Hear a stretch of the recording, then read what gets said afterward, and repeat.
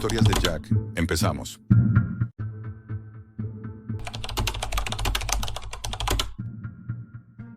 Estaba dispuesto a pagar lo que fuera, incluso si el precio era mi propia alma. Cuando todo empezó ya estaba condenado. Cáncer metastásico, dijeron. Los médicos hablaban con esa voz fría de quien ya no tiene nada nuevo que añadir.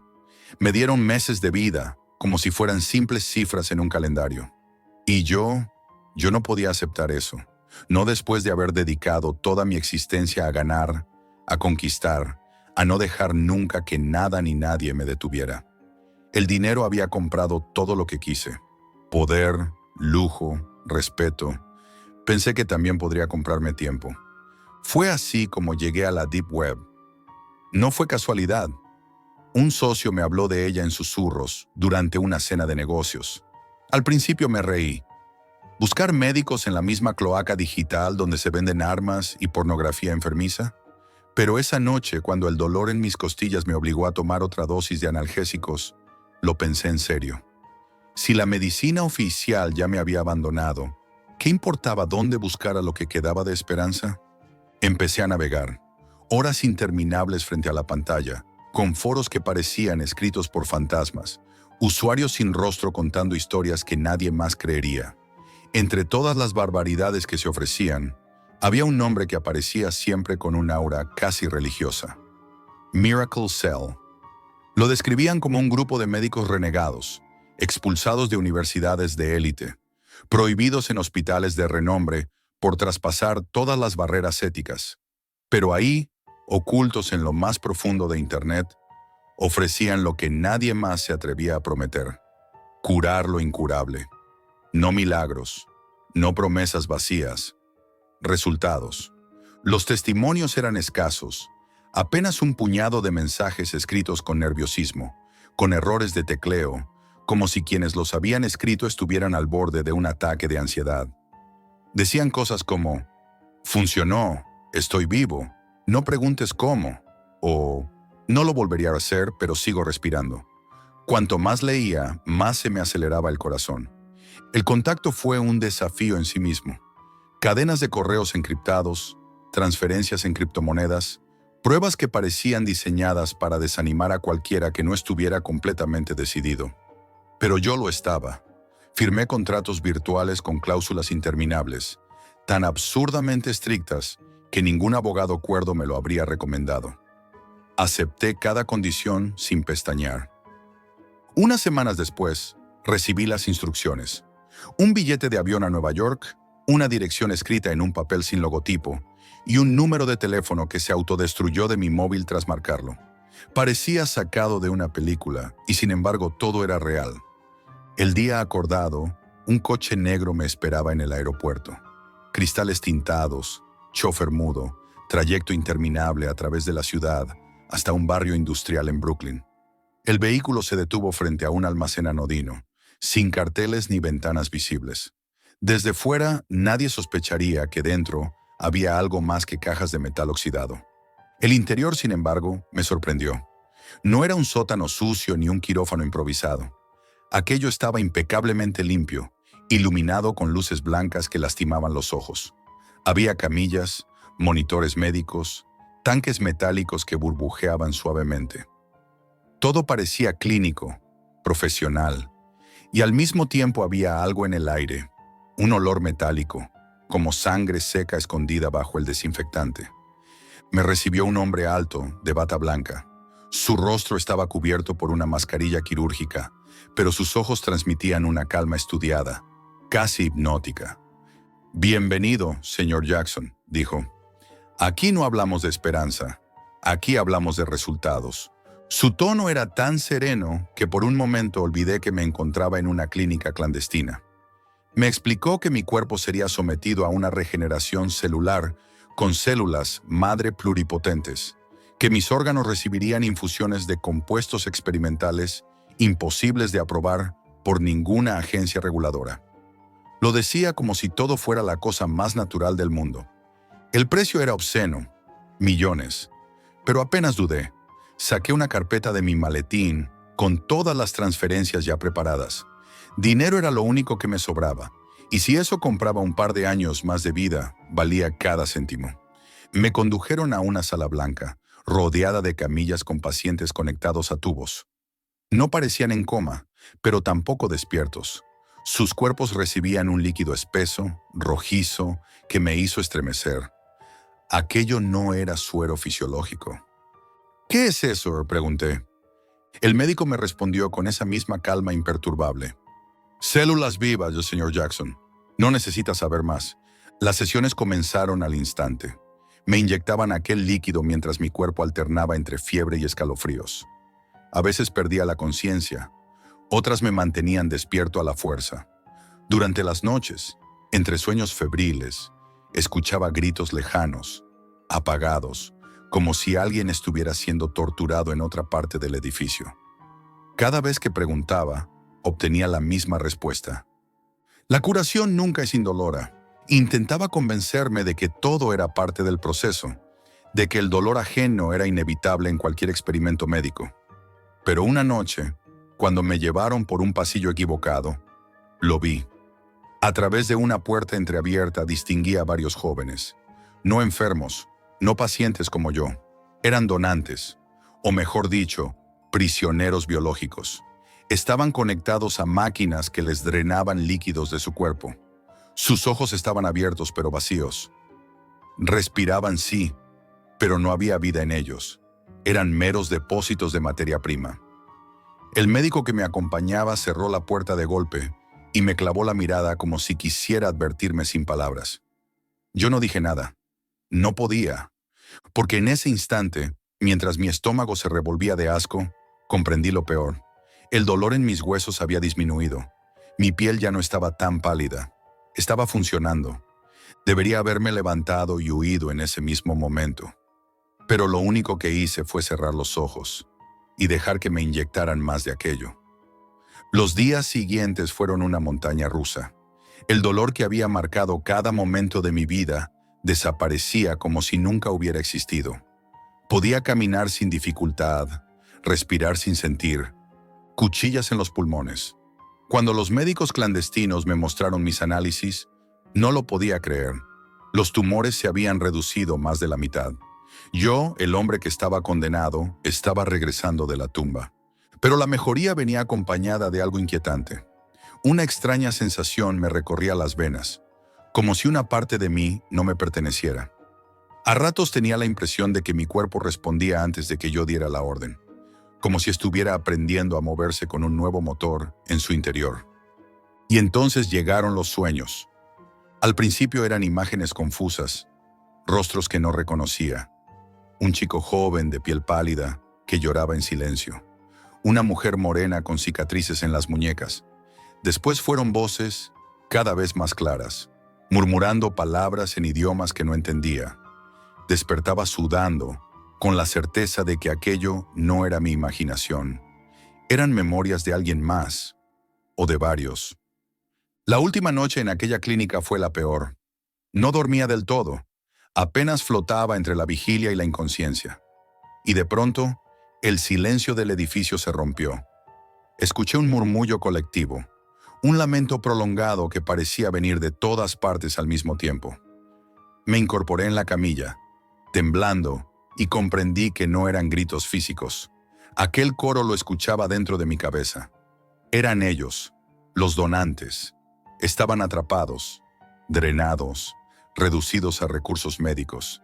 Y aún así encontraban la manera de llegar hasta mí. Al amanecer, los médicos entraron en la sala con sonrisas profesionales. Me dijeron que el tratamiento había terminado, que mi cuerpo era un milagro de la ciencia prohibida. Me entregaron instrucciones escritas en una carpeta negra y me despidieron con una cortesía fría, como si yo no fuera más que un cliente satisfecho. El coche me devolvió al aeropuerto. Todo parecía haber pasado en un sueño febril, pero al mirarme en los espejos de los baños del aeropuerto, tuve que apartar la vista. Mis ojos no eran del todo míos. Durante una fracción de segundo, creí ver otro par de iris, más oscuros, mirándome desde el reflejo. De regreso a casa, la gente celebró mi milagrosa recuperación. Los periódicos hablaron de un tratamiento experimental en Europa. Mis socios me felicitaron, mis amigos me abrazaron. Nadie sospechaba nada. Yo sonreía, pero dentro de mí, las voces no callaban. Al principio eran susurros, como ecos perdidos. Luego se convirtieron en discusiones caóticas, idiomas superpuestos, recuerdos que no me pertenecían. Caminaba por la calle y de pronto sentía un olor a mar que no había visto en años, o recordaba la infancia de alguien que nunca había sido yo. Era como si las vidas de aquellos donantes estuvieran injertadas en mi cerebro junto con sus células. Una tarde, al afeitarme, ocurrió lo inevitable. Levanté la vista al espejo y, por un instante, mi reflejo no me devolvió mi propio rostro. Era el de un muchacho joven, con los ojos vidriosos, el mismo que había visto en mis sueños. Parpadeé y la imagen volvió a ser la mía, pero el temblor en mis manos duró horas. No se detuvo ahí. Comencé a sufrir episodios de desconexión. Caminaba por mi mansión y de pronto aparecía en otra habitación sin recordar cómo había llegado. En una ocasión me encontré escribiendo en un cuaderno frases en un idioma que no sé pronunciar. Reconocí la letra. No era la mía. Intenté contactar con los médicos. Les envié mensajes cifrados, implorando respuestas. La mayoría fueron ignorados. Solo recibí una respuesta, corta y cruel. Los efectos secundarios son inevitables. Aprenda a convivir con ellos. Fue entonces cuando comprendí la verdad. Yo ya no era Jack. No del todo. Dentro de mí habitaban fragmentos de aquellos cuerpos vegetativos. Había comprado mi curación con la vida de otros, y ellos ahora reclamaban un espacio en la mía. El cáncer había desaparecido. Mi cuerpo estaba fuerte, rejuvenecido, pero mi mente se había convertido en un campo de batalla. Cada noche las voces aumentaban. Cada día el espejo me devolvía rostros diferentes. A veces siento sus manos mover las mías, sus emociones atravesar mi pecho como cuchillas. He ganado tiempo, sí, pero ya no sé para quién. Y lo peor es que cada vez que escucho esas voces dentro de mí, cada vez que veo esos ojos en el reflejo, siento que no quieren compartir este cuerpo. Quieren recuperarlo por completo. Hoy grabo estas palabras con la certeza de que es solo cuestión de tiempo. No sé si mañana seguiré siendo Jack o si me habré disuelto en el coro de memorias que me persigue. El cáncer no me mató. La cura, en cambio, lo está haciendo lentamente. Porque cuando aceptas un milagro en la Deep Web, descubres que la verdadera enfermedad no era el cáncer, sino el precio de seguir vivo. Si has llegado hasta aquí, dime, ¿tú pagarías el precio por seguir vivo? Déjame tu respuesta en los comentarios. Y no olvides suscribirte y dejar tu like. Quién sabe, quizá algún día necesites este conocimiento prohibido.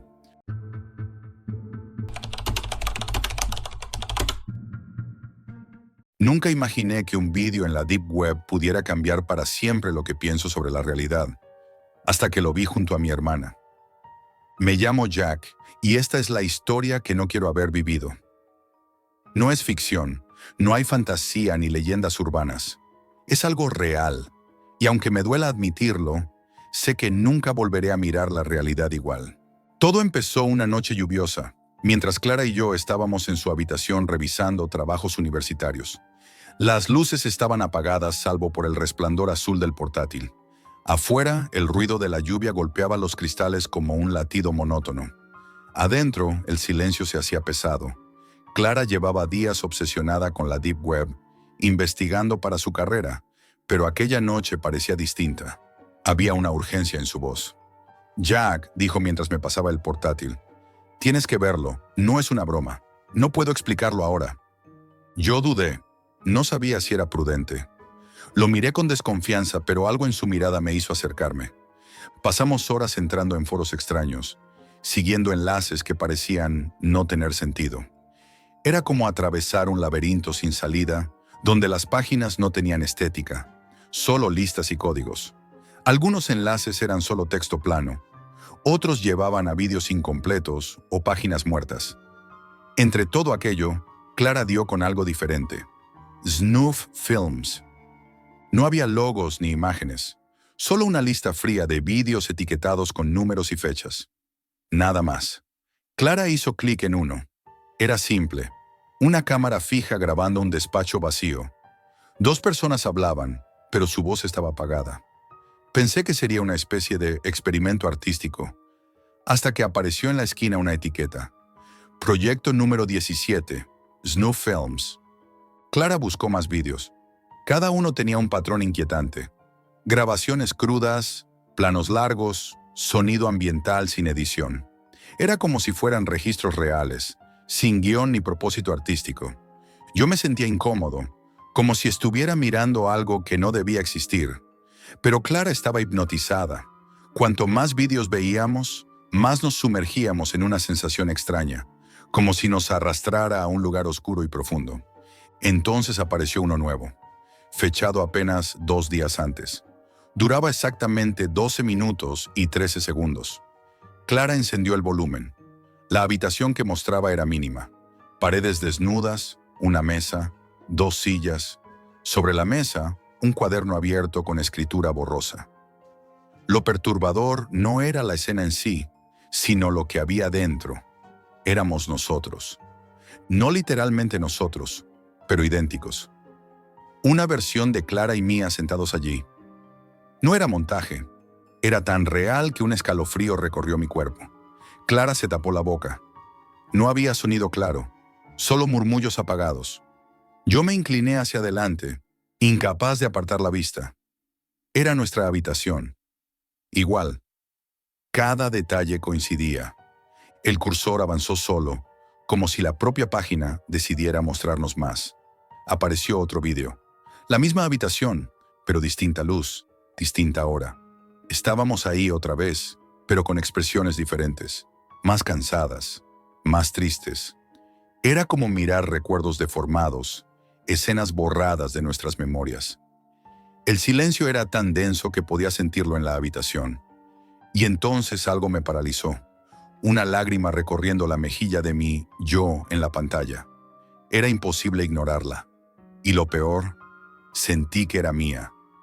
Pasamos horas viendo vídeos. Cada uno mostraba fragmentos íntimos, momentos que no habíamos vivido o que creíamos no haber vivido. Clara estaba cada vez más pálida. Yo sentía un nudo en la garganta. Era más que miedo. Era algo indescriptible. En un momento, Clara encontró algo extraño en el código fuente de la web. Entre líneas que parecían aleatorias, apareció un enlace oculto marcado con las palabras «No mirar». Por unos segundos dudamos. Clara cerró los ojos, respiró hondo, pero yo sentí una fuerza que me obligaba a hacerlo. Pulsamos el enlace. Lo que vimos no se parecía a nada. Era una grabación diferente, sin título ni duración. Mostraba una habitación vacía, minutos enteros de silencio. Luego, una silla se movió sola, lentamente, como si algo invisible la empujara. Una sombra cruzó la escena. Era imperceptible, pero estaba ahí. Y entonces, aparecimos nosotros en la habitación, observando desde un rincón, como si estuviéramos siendo grabados mientras mirábamos el vídeo. Clara gritó. Cerramos el portátil. El silencio fue absoluto. El ordenador se apagó solo. Al día siguiente intentamos olvidar lo ocurrido, pero Clara recibió un correo sin remitente, sin asunto. Solo un mensaje: no debisteis mirar. Ahora ya estáis aquí. No había firma, ni dirección, solo esas palabras. Clara borró el mensaje, pero yo guardé una copia. Esa noche, revisando el correo, encontré otro archivo, nosotros.mp4. Al abrirlo, vi un vídeo desde nuestra propia perspectiva, mirando el vídeo que acabábamos de abrir. Fue entonces cuando entendimos que habíamos cruzado una línea que no tiene vuelta atrás. Cuando cerramos el portátil aquella noche, pensé que aquello había terminado, pero estaba equivocado. Clara permanecía inmóvil, mirando la pantalla apagada, como si tratara de absorber lo que acabábamos de ver. Yo sentía un peso en el pecho, un mal presentimiento que no me dejaba dormir. Me desperté varias veces durante la madrugada. No eran pesadillas, pero sí una sensación extraña, como si algo nos observara desde la oscuridad. Clara también lo notaba. Una vez me dijo entre susurros que había oído voces provenientes del ordenador, aunque estuviera apagado. Yo no quise admitir que yo también las escuchaba. Al día siguiente intentamos seguir con normalidad, fingiendo que nada había pasado, pero había algo en nosotros distinto. Clara evitaba mirarme directamente. Yo no podía dejar de mirar su portátil. Era como si algo invisible nos hubiera unido a aquella página para siempre. Esa noche, Clara volvió a abrir el ordenador. La página de Snuff Films estaba intacta, pero lo perturbador era que había un nuevo vídeo destacado. Final 0000. No tenía duración, no había descripción, solo ese título. Clara lo miró fijamente, vacilando antes de pulsar. Jack, quizá no deberíamos, dijo con voz temblorosa. No puedo apartar la mirada, respondí sin saber si hablaba por mí o por ambos. El vídeo empezó. Era nuestra habitación, idéntica a como estaba en ese instante. La cámara estaba situada en un ángulo imposible, flotando en la esquina del techo, mostrándonos desde arriba. Clara y yo estábamos allí, sentados frente al portátil viéndolo. Clara dejó escapar un suspiro ahogado. Yo sentí un escalofrío. Nadie podía grabarnos así. No había cámaras, no había cables, solo nosotros y esa imagen. El vídeo avanzó lentamente. Un sonido bajo emergió, apenas perceptible. Eran murmullos, como voces superpuestas, incomprensibles, susurrando nuestro nombre. Clara se tapó los oídos y me pidió que los cerrara, pero yo no podía apartar la vista. Entonces apareció un mensaje escrito con letras temblorosas. Lo que buscáis está dentro, no podéis salir. La habitación en el vídeo cambió. Ahora nos veíamos caminando por un pasillo oscuro, largo, sin fin. El eco de nuestros pasos parecía reverberar eternamente. Una humedad inquietante flotaba en el aire, impregnada de olor a tierra mojada. Clara estaba detrás de mí, respirando con dificultad. Yo sentía que cada paso nos llevaba más profundo. En ese pasillo surgieron sombras. No tenían forma definida, solo manchas oscuras moviéndose lentamente, como si respiraran. Escuchábamos murmullos claros, nuestros propios nombres. Me giré para mirar a Clara y vi su rostro pálido, congelado por el terror. De repente la pantalla del vídeo se llenó de estática. Un sonido agudo penetró la habitación, como si fuera un grito distante. El portátil se cerró solo. El silencio que siguió era absoluto. Clara gritó. Intenté encenderlo, pero ya no respondía. Era como si hubiera desaparecido. Los días siguientes fueron un infierno. Clara no hablaba del asunto, evitaba mirar a los ojos. Yo no podía dormir. Cada noche veía sombras moviéndose en la habitación. Escuchaba murmullos que parecían venir desde dentro de mí. 3 días después recibimos un paquete. No tenía remitente ni dirección. Dentro había un disco duro antiguo, metálico, pesado. Clara lo abrió con manos temblorosas. Dentro había un archivo. Observacionfinal.mp4. El vídeo comenzaba con una escena inquietante. Nosotros caminando por calles vacías, bajo una lluvia intensa, pero sin sonido de agua. El ambiente estaba cubierto por una bruma oscura. El sonido eran pasos húmedos, respiraciones largas y ecos distantes de voces que no comprendíamos. Clara se abrazó a mí, temblando. La escena cambió. Ahora estábamos en un lugar desconocido, una habitación sin paredes visibles, solo oscuridad. Avanzábamos hacia una luz difusa al fondo.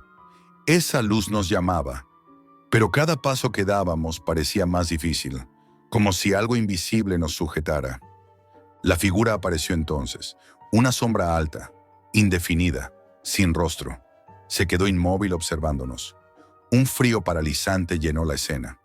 No había sonido, solo esa presencia. Y entonces el vídeo se cortó.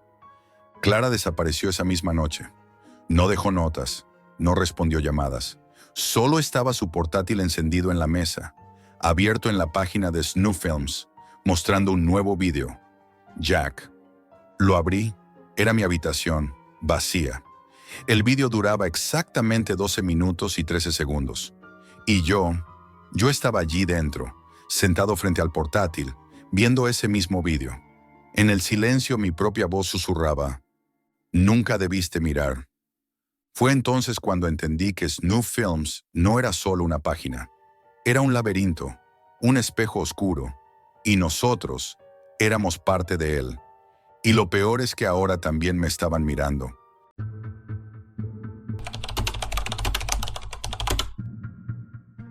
Hay cosas en la Deep Web que no deberían existir, y yo las encontré. Nunca pensé que mi curiosidad por la Deep Web me llevaría tan lejos. Siempre fue algo prohibido que me atraía de manera silenciosa. Desde adolescente tenía esa idea fija de que ahí se escondían secretos que la superficie de Internet nunca mostraría. No buscaba nada ilegal, solo quería entender. No sabía entonces que ya me estaba acercando a algo que cambiaría mi vida. Todo comenzó una noche en la que no podía dormir. El silencio en mi habitación era absoluto, roto solo por el leve zumbido del ordenador. Entre foros abandonados y enlaces rotos, apareció algo distinto. Una URL sin título, sin descripción, solo una cadena interminable de caracteres extraños. No tenía sentido, pero algo en ella me llamó. Era como un código antiguo, algo que resonaba sin razón en mi cabeza. Lo abrí. Era una puerta. No lo supe entonces, pero aquella página era diferente. No cargaba rápido. Había que esperar como si estuviera protegiéndose. El diseño era minimalista. Texto negro sobre fondo gris, sin imágenes, solo símbolos. Documentos en formatos raros, fragmentos de audio, mensajes en idiomas desconocidos, todos con una advertencia escrita repetidamente. No mires demasiado profundo, no lo entenderás. El mensaje me impulsó a seguir. Lo que encontré después no fue solo información, era una estructura, una organización tan compleja que no parecía humana. Entre los documentos había listas. No eran simples directorios, eran historias, nombres, fechas, profesiones, contactos, personas reales, algunas con registros de desapariciones antiguas. No había rastro de nada sobrenatural, pero la sensación era distinta. Había un orden oculto detrás de todo. Lo llamaban clanes ancestrales. No eran grupos comunes, eran jerarquías secretas, cada uno con sus propias reglas, casi como juramentos sagrados. Había códigos escritos, como si fueran promesas eternas, documentos que hablaban de control absoluto de la información, de lealtad inquebrantable y de secretos transmitidos como reliquias. Algunos archivos eran tan antiguos que parecían haber sido rescatados de un pasado olvidado, como si hubieran sobrevivido fuera del tiempo. Pasé horas, días enteros, explorando. No era curiosidad, era obsesión. Empecé a reconocer símbolos repetidos, códigos incrustados en los textos, diagramas extraños. Eran mapas cifrados. Todo parecía llevar a un mismo concepto, el círculo.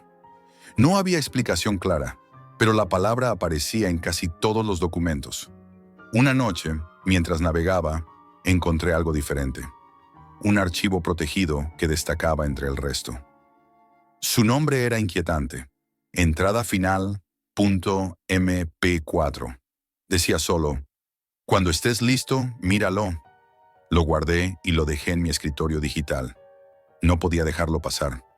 No sabía por qué, pero sentía que había llegado a un punto de no retorno. Abrí el archivo.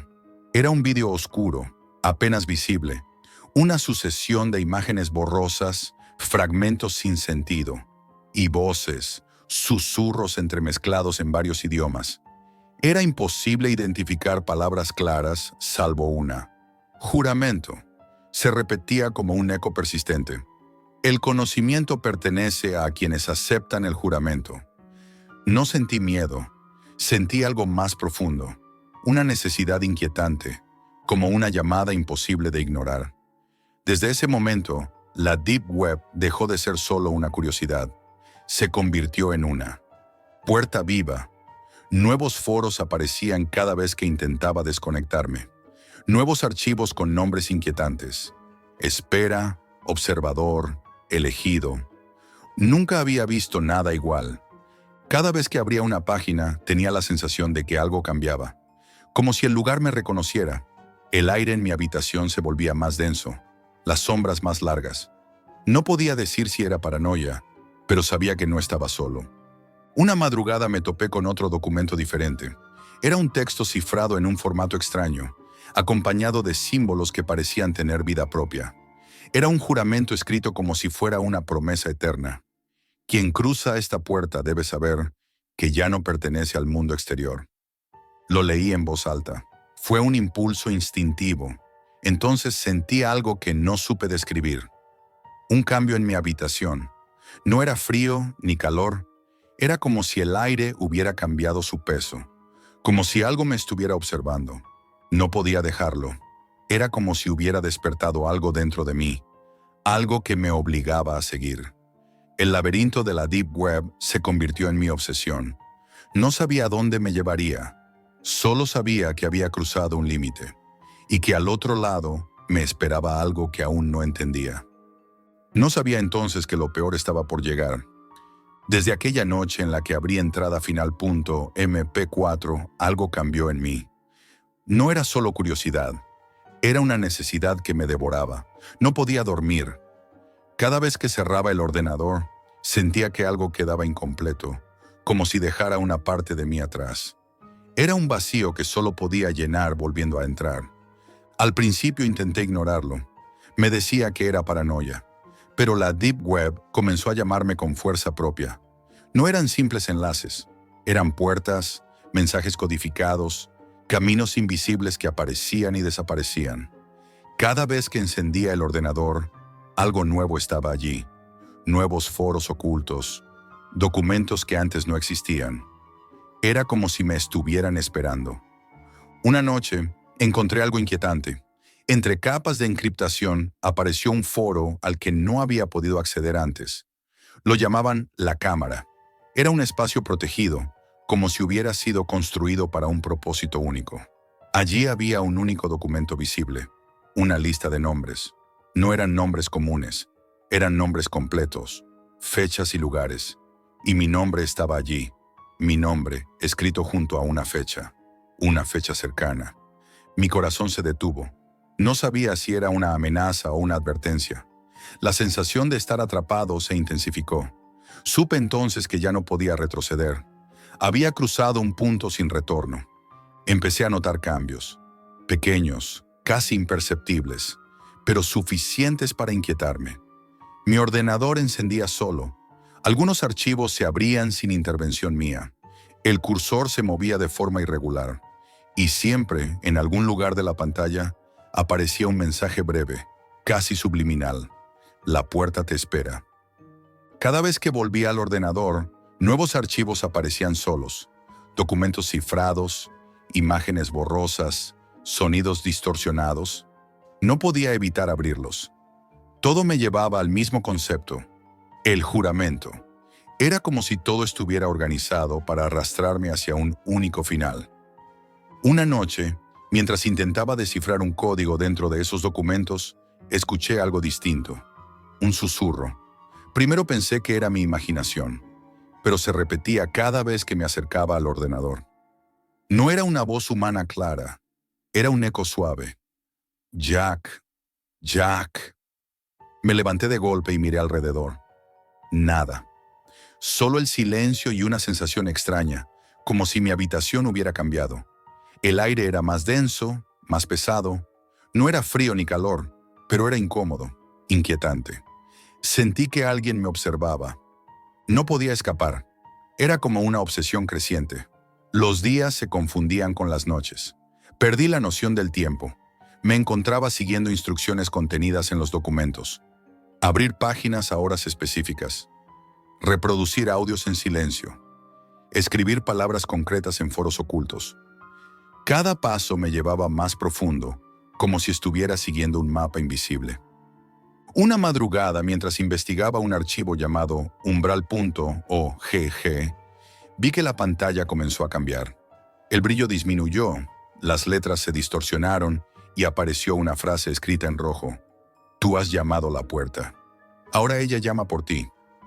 Fue entonces cuando apareció un nuevo archivo. Juramento final. No tenía texto, solo un audio. Lo abrí y escuché susurros mezclados, Un murmullo constante que repetía mi nombre y una frase clara: nos veremos en la puerta. Mi respiración se aceleró. No entendía qué significaba. No sabía si era una amenaza o una invitación, pero algo dentro de mí sabía que estaba cerca de una respuesta. Y también entendía que no habría vuelta atrás. A partir de esa noche, la Deep Web dejó de ser curiosidad. Era un laberinto vivo. Cada acceso revelaba nuevas capas, documentos que cambiaban, símbolos que parecían moverse como si tuvieran voluntad propia, mensajes que se actualizaban solos, adaptándose a lo que yo había leído antes. Era como si me conocieran. En los días siguientes empecé a recibir mensajes. No dentro de la Deep Web, sino en mi correo normal. Mensajes sin remitente, sin asunto, solo una palabra: juramento. Al abrirlos encontraba fragmentos de códigos, símbolos y coordenadas. No eran coordenadas geográficas claras, sino secuencias numéricas que parecían tener un patrón antiguo. No podía ignorarlo. Era demasiado sistemático para ser casualidad. Algo me empujaba hacia ese último paso. Mi vida se redujo a esa búsqueda. Dejé de ver a mis amigos. Dejé de salir. Mi existencia giraba en torno a esa puerta invisible. Una noche, mientras estaba sumergido en un nuevo archivo cifrado, escuché algo distinto. No era un susurro esta vez. Era una voz clara, mecánica, que decía: llegó tu hora. Y fue entonces cuando entendí. Ellos estaban ahí. No eran fantasmas, no eran seres paranormales. Eran algo vivo, hecho de información. El día que vi mi nombre en la lista con esa fecha, supe que era irreversible. Había sido marcado. No había vuelta atrás. Y aunque no sabía qué significaba exactamente, algo me impulsaba a cumplirlo. Ahora cada noche vuelvo al mismo enlace. Un enlace sin título, sin explicación. Sé que detrás de él me espera algo que no puedo describir, algo que no pertenece a este mundo, aunque esté hecho de información. He llegado al final del camino, o eso creo, porque sé que detrás de la próxima página está la puerta, y cuando cruce esa puerta, nunca volveré a ser el mismo. La Deep Web no es un lugar, es un laberinto vivo, y yo me he perdido en él.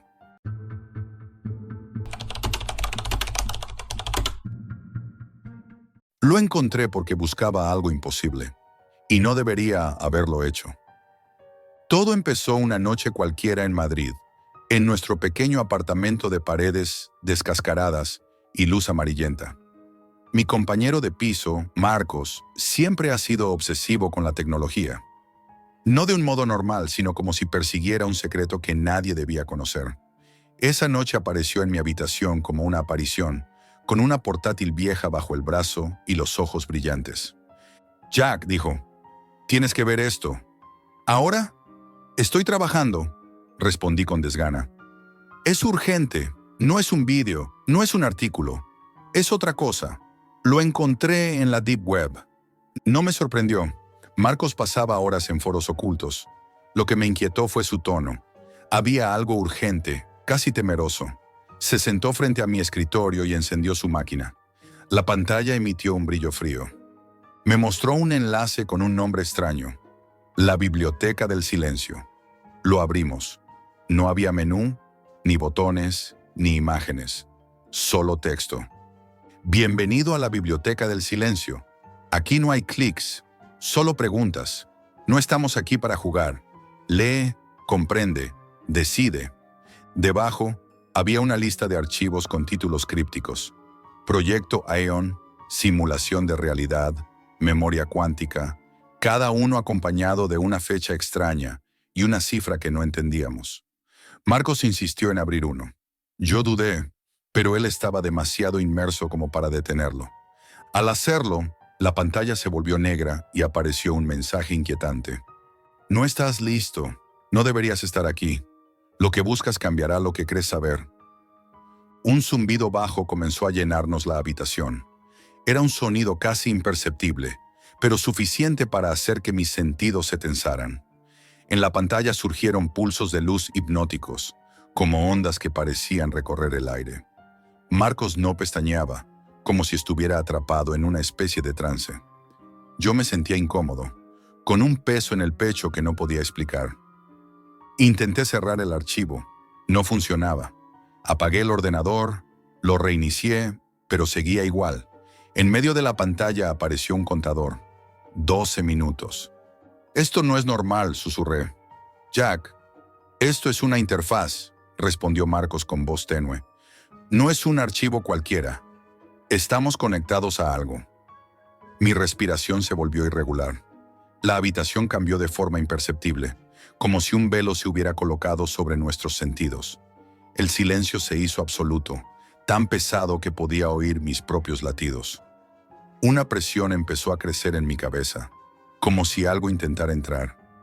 Marcos se mantenía inmóvil, sus ojos clavados en la pantalla. El contador siguió descendiendo. Entonces apareció otra frase. «Bienvenido al núcleo. Tú decidiste mirar». Cuando el reloj llegó a 0, la ventana se cerró sola. El ordenador se apagó. El silencio volvió, pero algo en nosotros había cambiado. Esa noche no dormimos. Marcos se quedó despierto, mirando la pantalla apagada como si fuera un portal. Yo no podía apartar la mente de lo que habíamos visto. Intenté convencernos de olvidarlo, pero él estaba demasiado atrapado. En los días siguientes, Marcos se obsesionó. Pasaba horas frente a su portátil, navegando entre foros, buscando pistas, anotando números y coordenadas en un cuaderno. Yo intentaba concentrarme en mi trabajo, pero me encontraba pensando constantemente en la biblioteca del silencio. Una madrugada entré en la cocina y lo encontré allí, escribiendo con insistencia mientras murmuraba: «Aeon, memoria cuántica, proyecto silencio». Sus ojos estaban enrojecidos. Me miró sin hablar y volvió a escribir. «Jack», dijo finalmente, «no puedo dejarlo. Es algo prohibido. No es un rumor, no es teoría, es conocimiento. Y nosotros lo tocamos». Me pidió ayuda para recuperar el enlace. Pasamos noches enteras buscando, rastreando pistas en foros ocultos, cruzando mensajes cifrados, siguiendo coordenadas que parecían no tener sentido. Encontramos indicios, fragmentos dispersos, pero nada sólido. Era como si la Deep Web misma se empeñara en mantenerlo oculto.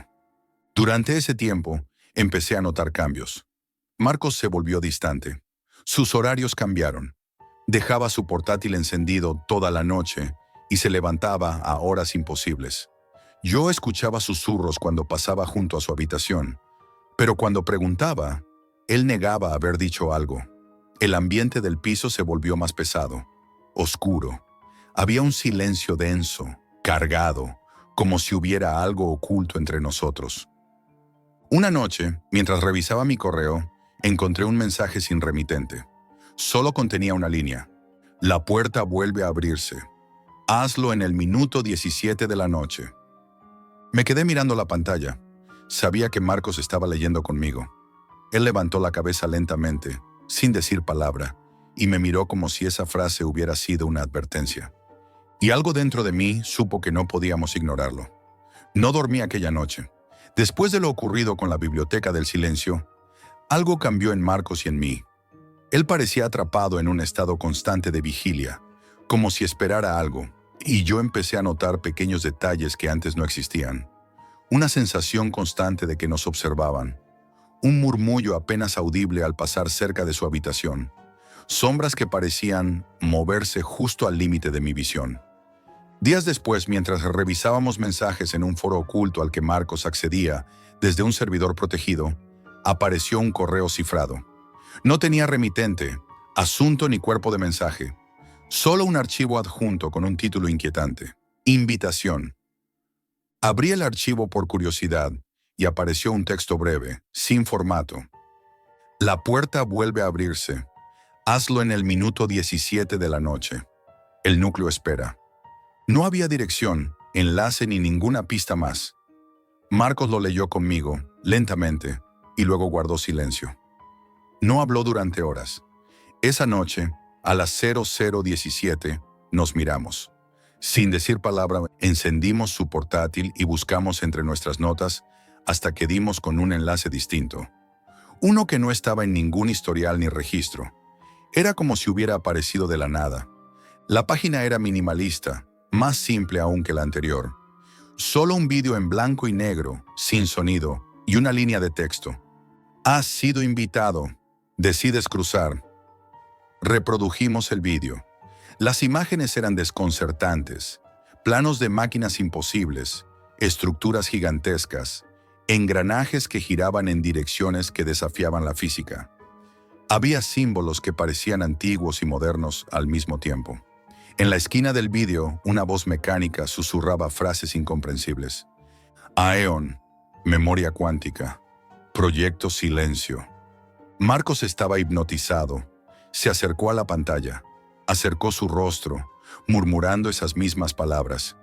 Yo sentí un frío recorrer mi espalda. El vídeo cambió abruptamente, se volvió estático, y la pantalla mostró un mensaje inquietante. Te hemos visto, sabemos que has mirado. La sensación en el piso se volvió opresiva. El aire parecía más denso, más difícil de respirar. El reloj marcaba las 00:19 y algo me decía que estábamos entrando en algo irreversible. En los días siguientes, la vida en el piso se volvió una obsesión constante. Marcos desaparecía a horas, dejando la puerta cerrada. Yo oía su voz murmurando frases en medio de la noche, pero no entendía qué decía. Empecé a notar que mi móvil recibía mensajes extraños, coordenadas, cadenas de números, símbolos indescifrables. No había remitente. Una noche, regresé antes de lo esperado. Marcos no estaba. En su habitación encontré su portátil abierto. En la pantalla, un archivo titulado Puerta Final. No había más. No intenté abrirlo. Sabía que no debía. En su cuaderno encontré garabatos, listas de coordenadas y símbolos idénticos a los del vídeo. Había fechas y horas anotadas. Todas coincidían con momentos exactos en los que él desaparecía. Empecé a sentirme observado. El silencio del piso ya no era cómodo, sino una presión constante. Cualquier ruido fuera de lo normal me ponía los pelos de punta. Cada vez que pasaba por delante de la habitación de Marcos, escuchaba un leve zumbido, como si el propio aire vibrara. Intenté hablar con él, pero cuando lo encontré, me respondió con una mirada vacía. Jack, lo siento. Ya no puedo detenerlo. Estoy dentro, dijo y luego se volvió a encerrar. A partir de ese momento, su obsesión se convirtió en una presencia. Ya no hablaba conmigo, solo escribía números y frases. Yo sentía que algo en la Deep Web nos estaba siguiendo, como si nuestras búsquedas hubieran dejado una marca. Una noche, mientras revisaba mi correo, apareció otro mensaje sin remitente. Tú también lo decidiste. El núcleo te espera. Mi instinto fue cerrar todo, desconectar, borrar todo registro, pero algo me empujaba a buscarlo, a entrar de nuevo. Y lo peor era saber que Marcos no estaba solo, que él ya había cruzado la puerta. La última noche en el piso, encontré una grabación en su portátil. Era él, pero no hablaba. Solo señalaba un punto en la pantalla y repetía palabras que no podía entender. Luego la grabación se cortó. En su escritorio había un papel escrito con tinta negra. La curiosidad abre puertas que nadie debería atravesar. Una vez lo haces, ya no hay vuelta atrás. No sé si fue advertencia o confesión. Lo único que sé es que, desde entonces, nunca dejo mi portátil encendido de noche. Y cada vez que escucho un zumbido extraño, recuerdo aquella frase. Y siento que alguien en algún lugar oscuro de la Deep Web me observa. La curiosidad no mató al gato, lo transformó. Y en la Deep Web, la curiosidad abre puertas que nadie debería atravesar.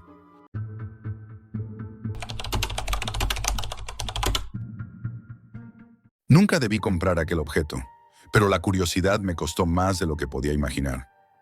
Esto es lo que me pasó. Todo empezó una noche cualquiera. No era una noche especial, ni tenía planes, pero recuerdo que el silencio me resultaba pesado, casi tangible. Estaba tumbado en mi habitación, con la luz apagada salvo por el brillo frío de la pantalla del ordenador. Afuera la ciudad parecía dormida, salvo por los sonidos apagados de coches distantes y sirenas ocasionales. No tenía sueño, Así que empecé a navegar sin rumbo, entrando en foros viejos, webs olvidadas, páginas que la mayoría habría descartado por aburridas o inseguras. Fue entonces cuando me topé con algo distinto, una URL extraña, sin publicidad, con fondo negro y letras blancas. Era sencilla, fría, inquietante. El nombre era simple, Mercado Oscuro. Lo abrí casi sin pensar y me encontré con algo que no esperaba. No era una simple tienda online, era un catálogo, pero distinto, casi como un archivo oculto. Tenía listados de objetos, sí, pero cada anuncio incluía una pequeña historia. Historias breves, fragmentos narrados como si cada objeto llevase consigo un secreto guardado. Relojes con leyendas, muñecos antiguos con dueños olvidados, libros con notas escritas a mano entre las páginas y una cámara Polaroid, modelo de los años 70, que llamó mi atención de inmediato. Su descripción era breve, directa, casi perturbadora. Cámara perdida, captura más allá de lo visible, vendida tal cual. El precio era bajo, ridículamente bajo.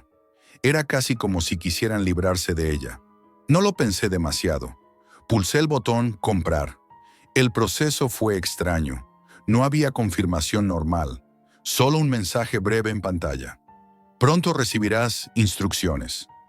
Ese tipo de mensajes tan vagos me produjo una mezcla de inquietud y curiosidad. Pensé que tal vez era parte del misterio, parte del atractivo. 2 días después recibí un correo. No había remitente claro, solo un título que decía Buzón 42 y una dirección en una calle industrial de mi ciudad. No había rastreo ni número de pedido, solo una dirección. Esa misma noche conduje hasta allí como si algo me impulsara. El lugar era un almacén vacío, cubierto de grafitis, con la puerta oxidada. Dentro no había nadie, solo un pequeño paquete encima de una mesa metálica. Lo recogí sin tocar nada más. Cuando abrí el paquete en casa, encontré la cámara envuelta en papel amarillento. El olor era extraño, como a metal antiguo mezclado con humo apagado. No había instrucciones, solo una nota escrita a mano. No mires demasiado dentro. La caligrafía era irregular, apresurada, como hecha por alguien que escribía bajo presión o miedo. Una sensación extraña se apoderó de mí. No era miedo racional, era más bien una tensión viscosa que me recorría la piel. Pensé que todo formaba parte del misterio y decidí probar la cámara esa misma noche. El carrete estaba allí, intacto, como si hubiese estado esperándome. Tomé una foto de mi escritorio.